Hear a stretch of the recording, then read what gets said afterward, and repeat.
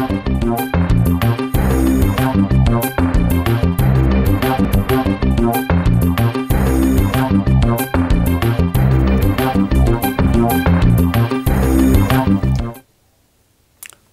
আমন্ত্রণ যমুনার বিশেষ আয়োজন doctors on call presented by BRB hospitals limited অনুষ্ঠানে আপনাদের স্বাস্থ্য বিষয়ক নানা প্রশ্ন আর সেসবের তাৎক্ষণিক সমাধান নিয়ে আমাদের এই আয়োজন। আমাদের এই আয়োজনে থাকছেন দেশ বরেণ্য আর আধুনিক চিকিৎসা বিজ্ঞানের দক্ষ চিকিৎসকরা। এই পর্যায়ে আজ আমাদের আলোচনার বিষয় রোজায় নারীর স্বাস্থ্য। আলোচনার জন্য আমাদের সঙ্গে অতিথি হিসেবে আছেন ডাক্তার শারমিন সিদ্দিকা, সহযোগী অধ্যাপক, মডার্ন মেডিকেল কলেজ। আপনাদের সাথে পুরো অনুষ্ঠান জুড়ে আমি আছি ডক্টর আবু সাইদ শিমুল। দর্শক, রমজান কিন্তু শুরু হয়ে গিয়েছে এবং এই সময়ে দেখা যাচ্ছে একটু গরম পড়তে শুরু করেছে এবং এই সময়ে আমাদের নারীরা কেউ কাজকর্মে ব্যস্ত থাকেন, সংসারের কাজে যেমন ব্যস্ত থাকেন, আবার দেখা যাচ্ছে বাইরের কাজও কর্মজীবী নারীরাও ব্যস্ত থাকেন। তাদের স্বাস্থ্যের দিকে এই সময় কিন্তু একটু বিশেষ নজর দিতে হবে, কারণ নারীরা যদি ভালো থাকে, আমাদের মায়েরা যদি ভালো থাকে, আমাদের বোনেরা যদি ভালো থাকে, দেখা যাচ্ছে পুরো পরিবারের ভালো থাকবেন। সুতরাং নারীদের এই সময়ে রোজায় কি কি স্বাস্থ্য সচেতনতা আসলে নেওয়া উচিত সেই সব বিষয় নিয়ে আলাপ করবো। আমাদের সাথে অতিথি হিসেবে আছেন ডাক্তার শারমিন সিদ্দিকা, আপনাকে স্বাগত আমাদের অনুষ্ঠানে। ধন্যবাদ। আচ্ছা, একটু যদি বলতেন, এই সময়ে দুই রকমের নারীদের মধ্যে কেউ আছেন কর্মজীবী, কেউ বা দেখা যাচ্ছে যে ঘরের কাজ করেন, আবার দেখা যাচ্ছে কেউ গর্ভবতী নারীরও রয়েছে। প্রেগনেন্সিতে এই সময় একটা সমস্যা, আবার কেউ আছে যে দেখা যাচ্ছে পোস্ট মেনোপজাল যারা বয়স্ক নারী, তাদেরও একটা বিষয় রয়েছে। এই সময় সামগ্রিকভাবে যদি বলেন নারীদের স্বাস্থ্য সম্পর্কিত কি কি বিষয়ে আসলে একটু বেশি নজর দেওয়া উচিত? ধন্যবাদ। খুবই সময় উপযোগী প্রশ্ন। আমরা যদি পর্যালোচনা করি যে মেয়েদের কিন্তু অ্যাকচুয়ালি রমজান মাসে কাজ কমে না, তাদের কাজ আরও বেড়ে যায়। বিকজ দেখা যাচ্ছে যে যদি আমরা স্কুল কলেজের বাচ্চা থাকে সবার, এই সময় তারাও বাসায় থাকছে, তো তাদের সম্পূর্ণ টেক কেয়ার করে একটা মা কিন্তু পর্যাপ্ত রেস্ট পাচ্ছে না। রাতের নামাজ রোজা সব কিছু কমপ্লিট করে সে দেখা গেল যে রাতে ঘুমাতেও দেরি হয়ে যাচ্ছে, ঘুমটাও প্রপারলি হলো না। সে দিনে আবার সমান তালে সারাদিনে সব কাজ করলো এবং উপরন্তু বাড়তি কাজ। তো এই ক্ষেত্রে আমরা যেটা সবসময় এমফেসিস দিই, মেয়েদেরকে বলি, বোঝানোর চেষ্টা করি যে তার কিন্তু ফ্লুইড ইনটেক, যেটা মানে যে তরল খাবার গ্রহণ করা, এটা কিন্তু এডুকুয়েট রাখতে হবে। এবং খাবারের মধ্যে আমরা সবাই জানি যে আমরা এখন হচ্ছে যে মানে মধ্যবর্তী বয়সে যে মেয়েগুলো, তাদেরকে বলি যে সবসময় কার্বোহাইড্রেটটা কমিয়ে স্বাস্থ্যকর খাবারের দিকে নজর দেওয়া, সেভাবে করে মেনটেন করবে। এবং ঘুমের ব্যাপার, যেটা রেস্টের ব্যাপারটা একটু এনশিওর করতে হবে। ইবাদতের পাশাপাশি নিজের স্বাস্থ্য ঠিক রাখলে পরিবারের সবাইকে সঠিকভাবে সময় দেওয়া যাবে। গাইনোকোলজিক্যাল দিক থেকে আমরা যে সাপোর্টগুলো বলি, যে গাইনোকোলজিক্যাল ব্যাপারের মধ্যে সবাই যেটা চায় এই সময়, যারা মধ্যবর্তী বয়সী নারী, এই সময় চায় যে সবাই পুরো রোজাটা করে ফেলতে। খুবই বেশি আমাদের কাছে পেশেন্ট এসে বলতে চায় যে আপু রোজাটা যেন পুরো করতে পারি, আমাকে সেভাবে একটা মেডিসিন লিখে দেন। আমি যদি একটু আরো স্পেসিফিকলি জানতে চাই, যারা গর্ভবতী, তারা প্রেগন্যান্সিতে, তারা কি আসলে রোজা রাখতে পারবে কিনা? এটা অবশ্যই রাখবে। আমরা কখনোই ফরজ রোজা নিষেধ করি না, কিন্তু কিছু ক্ষেত্রে আছে যে যারা রাখতে পারবে না। যেমন আমাদের অনেক মেয়ে আছে যাদের ইনসুলিন নিতে হচ্ছে, ডায়াবেটিস আছে, তো সেই মেয়েদের দেখা যায় খুব দ্রুত সুগার লেভেল ফল করে। তাদের ক্ষেত্রে কিন্তু আমরা বলে দিই যে আপনারা হচ্ছে রোজা রাখবেন না। আরেকটা ব্যাপার, আমি যে পেশেন্টদেরকে এনকারেজ করি যে আপনি অবশ্যই সেহরি খেয়ে নিয়ত করবেন। নিয়ত করার পরে আপনি সারাদিন খেয়াল করবেন আপনার বেবির মুভমেন্ট ঠিক আছে কিনা। বাচ্চা নড়াচড়া হচ্ছে ফার্স্ট ইন্ডিকেটর যে বাচ্চা ভালো আছে। তাহলে সে বাচ্চা নড়ছে, আপনি রোজা কন্টিনিউ করে গেলেন। কিন্তু যখন দেখলেন যে না 2-3 ঘন্টা হয়ে গেছে বাচ্চা নড়ছে না, ওই সময়টা আমরা ধরে নিই যে তার সুগার লেভেল ফল করছে। তখন বেবি নড়ছে না, সেই সময়ে তাদেরকে আমরা বলে দিই যে তখন আপনাকে খেতে হবে। তো এইভাবে করে যদি সে প্রতিদিন রোজা রাখে, নড়াচড়া যদি ভালো রাখে, একটা মানুষের শরীরের সেই ক্ষমতা আছে যে আপনার শরীরে যখন আপনি খাবেন না, আপনার শরীরে সঞ্চিত সুগার থেকে আপনার সুগার সাপ্লাই হতে থাকবে। আমাদের লিভার আছে, মেইন কাজ করে, সে বিভিন্ন জায়গা থেকে তার আমাদের বিভিন্ন জিনিস ভেঙে সুগার তৈরি করে আপনার লেভেলটা মেনটেন করবে। কিন্তু যখন আপনি অসুস্থ তখন এটা মেনটেন হবে না। তো হাইপোগ্লাইসেমিয়া যদি না হয়, বাচ্চা ভালো থাকে এবং নড়াচড়া ঠিক থাকে, সেক্ষেত্রে আপনি রোজা কন্টিনিউ করে যাবেন। এরকম আরও কিছু মেডিকেল কন্ডিশন আছে, সেক্ষেত্রে আমরা বলে দিই স্পেসিফিক্যালি যে আপনার রোজা রাখা যাবে না। যাদের মেডিকেশন আছে ইম্পর্টেন্ট, যেটা আপনার 6 আওয়ারলি নিতে হয়, এটা লাগবেই, সেসব ক্ষেত্রে খুবই অল্প কিছু কারণ আছে যেখানে নিষেধ করে দিই। বাট ম্যাক্সিমাম ক্ষেত্রে আমরা সবাইকে এনকারেজ করি রোজা রাখবেন, সেই সাথে প্রচুর পরিমাণে তরল খাবার খাবেন, পুষ্টিকর খাবার খাবেন, ভাজা পোড়া মশলা এই জাতীয় খাবারগুলো অ্যাভয়েড করবেন, তাহলেই রোজা রাখা যাবে। রোজা যদি তারা রাখেন, আপনারা অবশ্যই বললেন যে এনকারেজ করেন, কি কি বিষয় আসলে বেশি নজর দিতে হবে? অর্থাৎ আমি বলতে চাচ্ছি জটিলতা কি কি হতে পারে বা যেগুলি থেকে একটু বেশি নজর দিতে হবে? জটিলতাই যে প্রথম আপনার যেটা আমরা বলি যে ঘুমটা, রেস্ট ব্যাপারটা এনশিওর করতে হবে, যে আপনি কাজগুলো রাতের দিকে বেশি করে রাখেন। আমাদের মেয়েদের রান্নার কাজের একটা বড় সময় থাকে সারাদিনে, এই সময় প্রচুর সোয়েটিং হয়। তো আপনি যদি রোজা রেখে আবার রান্না করছেন, সেক্ষেত্রে আপনার সোয়েটিং হচ্ছে, আপনার ইনটেক নাই, তখন কিন্তু অবস্থা খারাপ হবে, হয় প্রেশার ফল করবে নয় সুগার ফল করবে। তো এটা অ্যাভয়েড করার সহজ উপায় হচ্ছে যে খাবার, আপনি গর্ভবতী, আপনি রোজা রাখছেন, এ সময় সব কিছু সহজ সাবলীল হবে, যেটাতে আপনার অনেক বেশি আইটেম করতে হবে না। এবং সন্ধ্যার পরে আপনি মেইন ডিশগুলো রেডি করে রাখলেন, যে পরবর্তী দিনের যেন ম্যাক্সিমাম ম্যানেজমেন্টটা হয়ে যায়। এভাবে একটু গুছিয়ে কাজগুলো এদিক সেদিক করে রুটিনটা একটু চেঞ্জ করে নিলেই কিন্তু ম্যানেজ করা যায়। আচ্ছা, পরিবারের এই প্রসঙ্গে যেহেতু কাজের কথা আসলে, পরিবারের সকলেরও তো আসলে দায়িত্ব রয়েছে। এই যে আমাদের একটা এতদিন ধরে চলে আসা কালচার, একটা যেহেতু মা গর্ভবতী হয়, তখন পরিবারের অন্যরাও তো আসলে কাজে সাহায্যে এগিয়ে আসলে হয়েছে ভাইয়া। এখন ছেলেরাও অনেক হেল্পফুল। আমি অনেক ছেলেদের শুনি তারা ইফতার গুছায়, অনেক হাজবেন্ডরা ভাইয়ারা আছে ওয়াইফের সাথে গিয়ে হচ্ছে ভাজা পোড়ার কাজে হেল্প করছে। ছোট বাচ্চারাও এখন অনেক বেশি, মানে আমি কি বলবো, ওরাও অনেক কিছু জানে, বুঝে, হ্যাঁ বুঝে, ওরাও হেল্প করছে মাকে, যে মা একটু সিক, মাকে একটু পেঁয়াজ ছিলে দিলাম, একটু মটরশুঁটি ছিলে দিলাম। এগুলো বাচ্চারা আনন্দ নিয়েই করে, কিন্তু আমরা দিই না, কিন্তু দিতে হবে। আপনি এখন প্রেগনেন্ট, এটা আপনি অসুস্থ না, এটা আপনার একটা ফিজিওলজিক্যাল প্রসেস। আপনাকে ফ্যামিলির সবাই হেল্প করবে, এটাই কাম্য। এবং সেই ক্ষেত্রে আপনাকে ব্যাপারটা গুছিয়ে নিতে হবে, ব্যাপারটা তাদের কাছ থেকে আদায় করে নিতে হবে। তো একটু বুদ্ধি করে কাজ করলে সবই পারা যায়। এইটাই ওনারা তো আসলে বললেন, আপনি খুব সুন্দর করে টাইম ম্যানেজমেন্ট কীভাবে করবেন, কাজের বিষয়টা বিন্যাস করলেন। খাওয়া দাওয়ার বিষয়টা একটু যদি আপনি জানতে চাই, যে নর্মালি তো যারা অন্য মহিলা রয়েছেন তাদের থেকে তো দেখা যাচ্ছে তার যেহেতু একটা গর্ভস্থ শিশু রয়েছে, তারও তো একটা চাহিদা রয়েছে, আবার ওনার নিজেরও চাহিদা রয়েছে। খাওয়া দাওয়ার বিষয়টা একটু যদি বলতেন। খাবারের ব্যাপারে আমরা যেটা বলি, যে আমরা ইফতার যে সময়টা, ইফতার সময়টাতে সে অবশ্যই হচ্ছে গিয়ে প্রথমেই লিকুইড খাবারটা বেশি খাবে। এবং সেই সাথে আমরা জানি যে আমরা সবাই খেজুর এবং শরবত দিয়েই সাধারণত ইফতারটা শুরু করি। পর্যাপ্ত পরিমাণে ফল খাবে, ফলের সালাদ খেতে পারে। এবং সেই সাথে হচ্ছে যে খাবারগুলো সহজে হজম হয়, যেমন হচ্ছে লাস্সি খাওয়া যায়। লাস্সিটা খেলে হচ্ছে আমাদের একটা বলা থাকে যে দুধ খেতে হবে, দুধের পরিবর্তে আমরা যদি লাস্সিটা, সেক্ষেত্রে খুব ভালো একটা সাপ্লিমেন্ট হয়। এবং সেই সাথে হচ্ছে আপনার বিভিন্ন রকম স্যুপ, এখন অনেক সবজি অ্যাভেলেবল, সবজি স্যুপগুলো যদি খায়। এই যে স্যুপের কথা বললেন, অনেক সময় দেখা যাচ্ছে যে অনেকে আবার ডায়াবেটিসও আক্রান্ত থাকেন, তাদের ক্ষেত্রেও তো আসলে খাওয়া দাওয়ার একটা বিষয় রয়েছে। এই খাওয়া দাওয়ার বিষয়টা আসলে অনেক বিস্তারিত, সেইটাই বিস্তারিত আমরা আলাপ করতে চাই একটি বিরতির পর। দর্শক, অনুষ্ঠানে এই পর্যায়ে নিয়ে নিচ্ছে একটা ছোট্ট বিরতি, সাথেই থাকুন।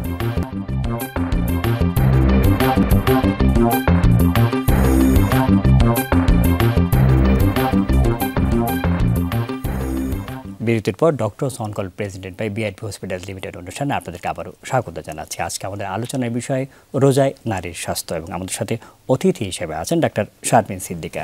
আমরা খাবার নিয়ে আলাপ করছিলাম, আপনি খুব সুন্দরভাবে বলছিলেন যে লাচ্ছি খেতে আপনারা এনকারেজ করেন। আমি আবার একটা আপনাকে প্রশ্ন ছুড়ে দিয়েছিলাম যে অনেকের তো ডায়াবেটিস থাকে, ডায়াবেটিসের রোগীদের ক্ষেত্রে অনেকে দেখা যাচ্ছে চিনি খায়, শরবত খায়, সেটা আসলে খেতে পারবে কিনা? না, অবশ্যই না। আমরা কখনোই চিনি খেতে বলি না, সোজা বলে দিই যে কোনো ধরনের জুস, যেমন এখন অনেক রকম ফল পাওয়া যায়, স্ট্রবেরি খুব কিন্তু মিষ্টি না।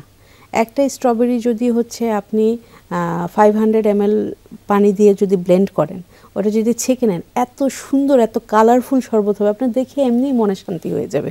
তাহলে দেখেন, একটা স্ট্রবেরি দিয়ে সে কিন্তু 2 গ্লাস জুস নিয়ে নিল, হালকা মিষ্টি থাকবে, এটার সাথে সে যদি একটু বিট লবণ অ্যাড করে, একটু পুদিনা পাতা দিয়ে দেয়, তো এইগুলো রেসিপিতে এখন সবাই জানে। তো চিনিটা চাইলেই অ্যাভয়েড করা যায়, স্ট্রবেরি দিয়ে সে জুস করতে পারে, এরকম লাস্সি নিতে পারে। তারপর আপনার অরেঞ্জ, একটা অরেঞ্জ যদি পাল্প সহ নেয়, সেটা যদি ব্লেন্ড করে খুবই মজাদার জুস হয়। তাহলে সেক্ষেত্রে যেহেতু সে চিনি খাবে না, সে একটু বিট লবণ, অন্য লবণ, পুদিনা পাতা, বিভিন্ন জিনিস অ্যাড করে নিয়ে কিন্তু আপনার বিভিন্ন রকম এক এক দিন এক এক রকম জুস সে বানিয়ে খাবে। তাহলে কিন্তু আপনার আর ওই চিনির যে আগ্রহটা থাকে মানুষের, সেটা আর থাকে না। সেই সাথে আপনার চিয়া সিড, তারপর হচ্ছে আপনার বিভিন্ন ফ্রুট মিলিয়ে একটু সাথে দই দিয়ে যদি সে সালাদ করে নেয়, খুব ভালো নিউট্রিশিয়াস ডায়েট হয়। এবং এইসব খাবার পর কিন্তু অস্থিরও লাগে না। আর আপনি যখন এক থালা পেঁয়াজু, বেগুনি এগুলো খাবেন হুট করে, হ্যাঁ শখের বসে আপনাকে একেবারে নিষেধ করা হচ্ছে না, আপনি একটা দুটো খাবেন, কিন্তু আমাদের যেমন কনভেনশনাল খাবারটা একটা হেভি ইফতারি, ওইভাবে না খেয়ে আমরা একটু ভেঙে ভেঙে আস্তে আস্তে যদি খাই, প্রেগনেন্সিতে ডায়াবেটিস থাকলেও খুব সুন্দরভাবে গ্লুকোজটা মেনটেন করা যায়। অনেকেই যেটা করেন যে রাতের খাবারের বিষয়টা আসে, যে অনেকে দেখা যাচ্ছে রাতের খাবার খায় না, একেবারে সেহরিতে খায়। আবার অনেকে দেখা যাচ্ছে যে ইফতারিতে খুব কম খেয়ে রাতের খাবারটা অনেক বেশি খেয়ে। এই বিষয়ে যদি একটু বলতেন।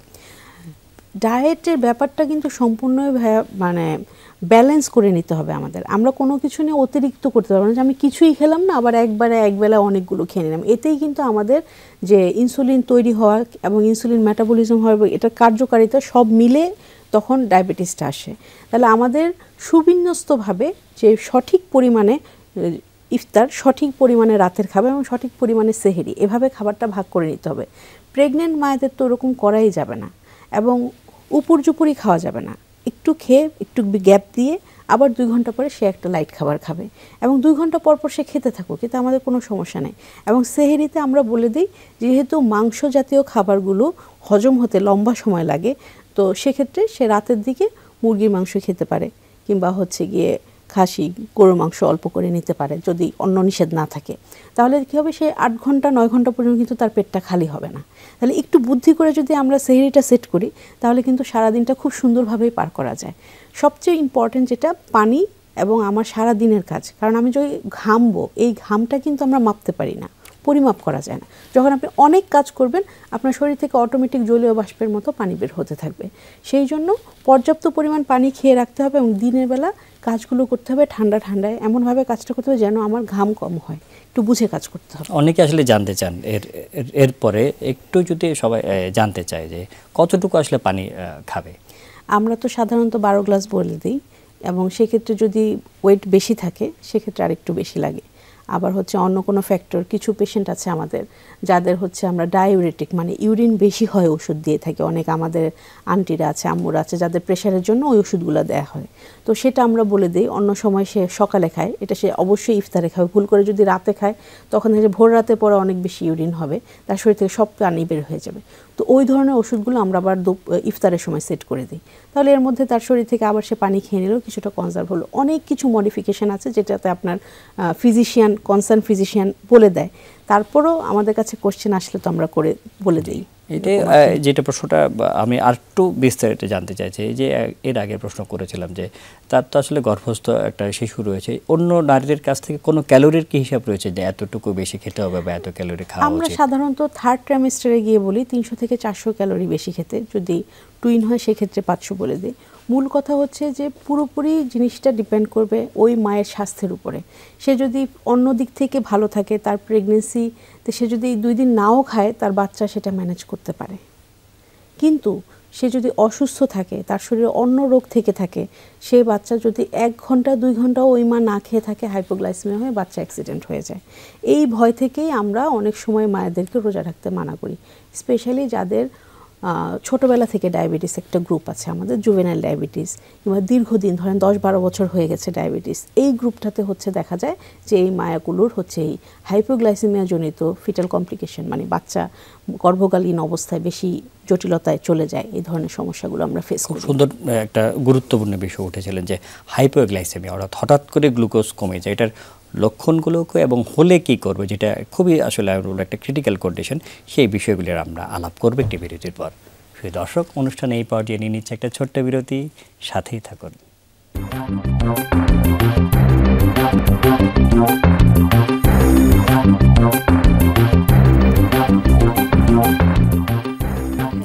Doctors on call presented by BIP hospitals limited অনুষ্ঠানে আপনাদেরকে আবারও স্বাগত জানাচ্ছি। আজকে আমাদের আলোচনার বিষয় রোজায় নারীর স্বাস্থ্য, এবং আমাদের সাথে অতিথি হিসেবে আছেন ডাক্তার শারমিন সিদ্দিকা। আমরা খুব সুন্দরভাবে আপনি বলছিলেন যে কখন কি খাবে এবং পরিমাণটাও বলছিলেন, কিন্তু দেখা যাচ্ছে যে অনেকের হাইপোগ্লাইসেমিয়ার কথা বলছে, হঠাৎ করে গ্লুকোজ কমে যাওয়া, যেটা হঠাৎ করে গ্লুকোজ কমে যাওয়া এটাতে সাধারণভাবে একজন নারীর পক্ষে বোঝা সম্ভব না। আসলে কি কি লক্ষণ দেখলে ওনারা বুঝতে পারে যে তার হাইপোগ্লাইসেমিয়া হয়েছে?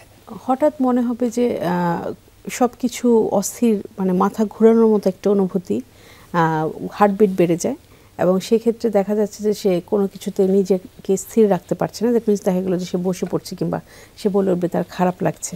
ইন দ্য মেইন টাইম সে হয়তো খেয়াল করেছে যে 2-1 ঘন্টা কিংবা 2-3 ঘন্টা যাবত বেবির মুভমেন্ট কম। সব কিছু মিলিয়ে যখন এরকম দেখবেন যে হঠাৎ করেই অসুস্থ হয়ে যাচ্ছে, তখন কোনো রকম কোনো কথা ছাড়া গর্ভবতী মায়ের মুখে একটু চিনি মিষ্টি জাতীয় খাবার দিয়ে দিতে হবে। ওটা খেলেই 2-3 মিনিট পরে তাকে হচ্ছে একটু রিল্যাক্স করলে, ফ্যান ট্যান ছেড়ে দিলে, ঘামটা একটু ঘাম হয়, তো এগুলো শুকালে তারপর আস্তে আস্তে যখন গ্লুকোজ লেভেলটা উঠে যায় তখন ঠিক হয়ে যায়। তো এটা হচ্ছে যে খুবই কম, এর আগেই মারা বুঝতে পারে যে খারাপ লাগছে। আর আমরা যেহেতু এই পেশেন্টগুলোকে স্ক্রিনিংয়ে রাখি, তারা জানে যে এই সমস্যাগুলো হলে তাকে রোজা ভেঙে ফেলতে হবে, এবং বলি যে সবসময় বাসায় ওরকমভাবে চলতে যেন সব জায়গায় সব কিছু রেডি থাকে, যে আমি এই রুম থেকে ওই রুমে যেতে যেতে আরেক ফ্ল্যাটে যেতে হচ্ছে আমার চিনি খুঁজতে, খাবার খুঁজতে, তো সেরকম অবস্থা যেন না হয়। তো সেভাবে করে বলে দিয়ে যে হাইপোগ্লাইসেমিয়া হলে সাথে সাথে হাতের কাছে চকলেট কিংবা যে কোনো সুগার থাকলে 1 চামচ সরাসরি চিনি খেয়ে ফেললেও হয়ে যায়। তো ওটা হলেই তখন এই হাইপোগ্লাইসেমিয়াটা ম্যানেজ করে ফেলা যায়। এর থেকে তো আসলে ক্রিটিক্যাল পর্যায়ে তো আসলে যেতে পারে, যে কখন মনে করবে যে না এখন আমার হাসপাতালে যেতে হবে? হাসপাতালে যেতে হবে প্রথম যেটা, যে আমি চিনি খেলাম, বাচ্চা নড়ছে না কিংবা খারাপ লাগা কমছে না, সেক্ষেত্রে দেখা যাবে পেশেন্ট তখন আরও বেশি অস্থিরতা, হার্টবিট বেড়ে গেলে আমাদের যেটা হয় যে এক পর্যায়ে শ্বাসকষ্টের মতো ফিচার্স শুরু হয়। এছাড়াও আমাদের দেখা যায় যে আপনার আরেকটা প্রেগনেন্সিতে, যেহেতু আমরা এই রমজান মাসটাতে সবাই চাই যে হাসপাতালে না গিয়ে যেভাবে রোজা টোজা ম্যানেজ করা যায়, অনেকে দেখা যায় তার চেক আপের ডেটটা মিস করছে, এই সময় হয়তো তার প্রেশার বেড়েছে, সে বুঝতে পারছে না। সব কিছু মিলে যখন দেখা যায় যে পেশেন্টের ঘাড় ব্যথা, মাথা ব্যথা, চোখে ঝাপসা দেখা, বমি লাগা, এইগুলো যখন সিমটম আসবে তৎক্ষণাৎ তাকে হাসপাতালে নিয়ে যেতে হবে। আর ইন দ্য মিন টাইম আমরা 1 চামচ চিনি খাইয়ে দিতে পারি। বেশি চিনি প্রেগনেন্সির জন্য ওইটুকু চিনি ক্ষতি হবে না, কিন্তু যদি চিনি কমে গিয়ে থাকে এটা সরাসরি বাচ্চাকে এফেক্ট করবে, এবং বাচ্চা এই হাইপোগ্লাইসেমিয়া টলারেট করতে পারে না, মায়ের পেটের ভিতরে সে মারা যায়। এই জন্য যখনই কোনো গর্ভবতী মাকে অসুস্থ দেখবেন, একটু চিনি মুখে দিয়ে দেন, হাসপাতালে নিয়ে যেতে যেতে যেন তার সুগার লেভেলটা উঠে যায়। খুব সুন্দরভাবে আসলে বলছেন। একটু যদি বলতেন, এছাড়া তো আমরা ডায়াবেটিস নিয়ে আলাপ করলাম, অনেক মায়ের দেখা যায় যে প্রেশার বেড়ে যাচ্ছে, পানি এসে যাচ্ছে, তাদের ক্ষেত্রে এই সময় আসলে রোজার আমার ব্যবস্থাপনা কি? ব্যবস্থাপনা যেটা, যে রোজা রাখা নিষেধ নাই, প্রেশারে আপনার খুব একটা এফেক্ট হয় না। প্রেশারে আমরা যেটা করি যে ওষুধগুলো দিয়ে দিই, সাধারণত 2 বেলা 3 বেলা ওষুধ ওইভাবে ম্যানেজ করা যায়।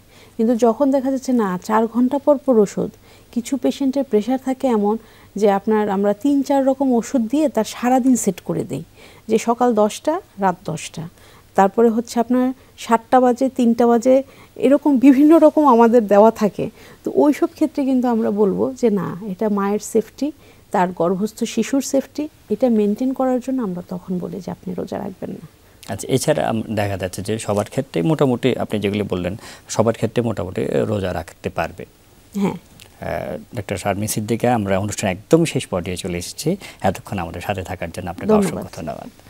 দর্শক, যেমনটি শুনছিলেন যে গর্ভস্থ যারা বা গর্ভবতী নারীরা রয়েছেন বা অন্য নারীরা যারা রয়েছেন, সকলের ক্ষেত্রে কিন্তু রোজা রাখতে কোনো কিন্তু আনা নেই, কিন্তু একটু নিয়মগুলি মানতে হবে, যে কখন কখন তাকে আসলে রোজা ভাঙতে হবে, কখন হাইপোগ্লাইসেমিয়া হয়ে যাচ্ছে, কখন বিভিন্ন ধরনের জটিলতা হয়ে যাচ্ছে, সেই জটিলতাগুলি কিন্তু একটু আমাদের মাথায় রাখতে হবে। এবং আমরা সবসময় বলি যে ক্লোজলি আপনি চিকিৎসকের শরণাপন্ন হবেন এবং চিকিৎসকের যে পরামর্শগুলি দিচ্ছে সেই পরামর্শগুলি কিন্তু মেনে চলবেন। এবং এই রমজান উপলক্ষে কিন্তু যে ডেট থাকে যে এই চিকিৎসকের কাছে যাওয়ার, সেই ডেট কিন্তু মিস করা যাবে না, এবং তার নির্দেশ মতো চললে এবং ওষুধগুলো যদি নিয়মিত খান, নিশ্চয়ই আমাদের নারীরা এই সময় রোজা রাখতে পারবে, নির্বিঘ্নে রোজা রাখতে পারবে। আমাদের নারীরা সুস্থ থাকুক, আমরা সুস্থ থাকি, এই কামনে আজকের মধ্যে বিদায় নিচ্ছি। আল্লাহ হাফেজ।